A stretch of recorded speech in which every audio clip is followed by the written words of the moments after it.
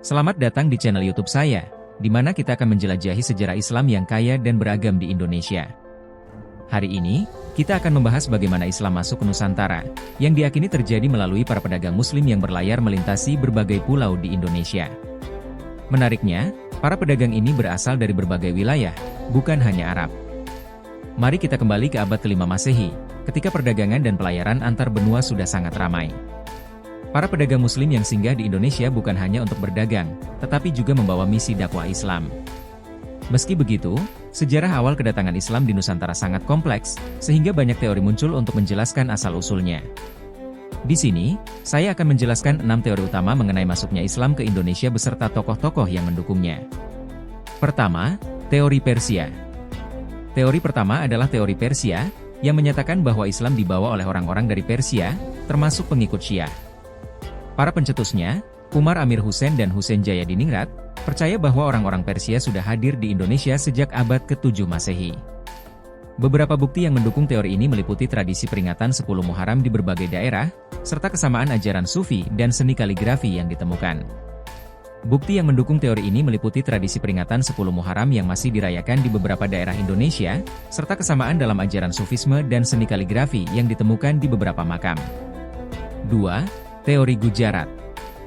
Selanjutnya, kita punya teori Gujarat, yang menyatakan bahwa kedatangan kaum saudagar dari Gujarat, India, menjadi penyebab masuknya Islam ke Nusantara. Para pendukungnya, seperti Gwede Drewes dan Snok Hurgronje, berargumen bahwa mereka berinteraksi dengan masyarakat lokal, yang berujung pada terbentuknya Kesultanan Samudra Pasai, kerajaan Islam pertama di Nusantara. Teori Gujarat mengklaim bahwa kedatangan kaum saudagar dari Gujarat, India, menjadi pendorong utama penyebaran Islam di Nusantara. Bukti yang mendukung teori ini termasuk nisan Malik As-Saleh, pendiri Kesultanan Samudra Pasai, yang menunjukkan kemiripan dengan batu nisan di Gujarat, serta temuan nisan Wali Songo yang bertuliskan tanggal-tanggal tertentu yang menunjukkan hubungan erat antara pedagang Gujarat dan masyarakat lokal. 3. Teori Cina. Teori Cina berpendapat bahwa Islam datang ke Nusantara bersamaan dengan migrasi orang-orang Cina pada abad ke-9 Masehi.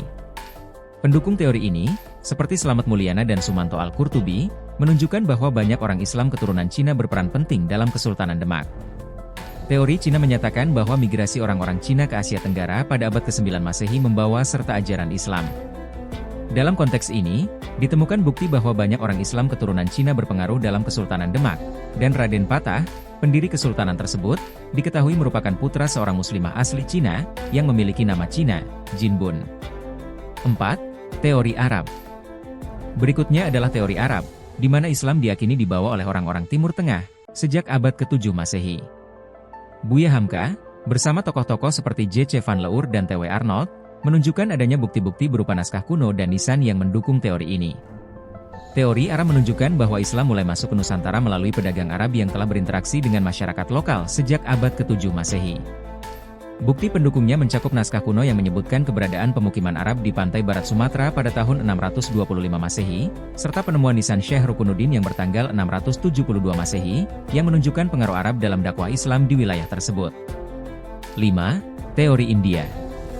Teori India, yang diusulkan oleh Thomas W. Arnold dan Morrison, mengklaim bahwa Islam masuk melalui Coromandel dan Malabar di India.